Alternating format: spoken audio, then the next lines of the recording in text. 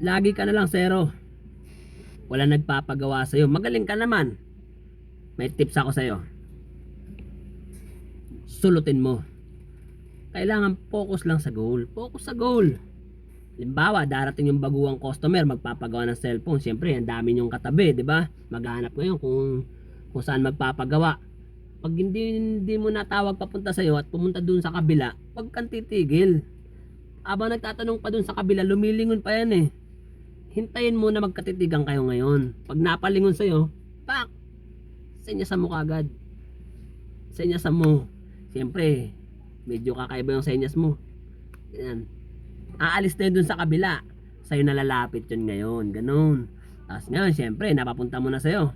Magtatanong magkano yung LCD sa'yo. Siyempre, huwag ka kagad magpipresyo.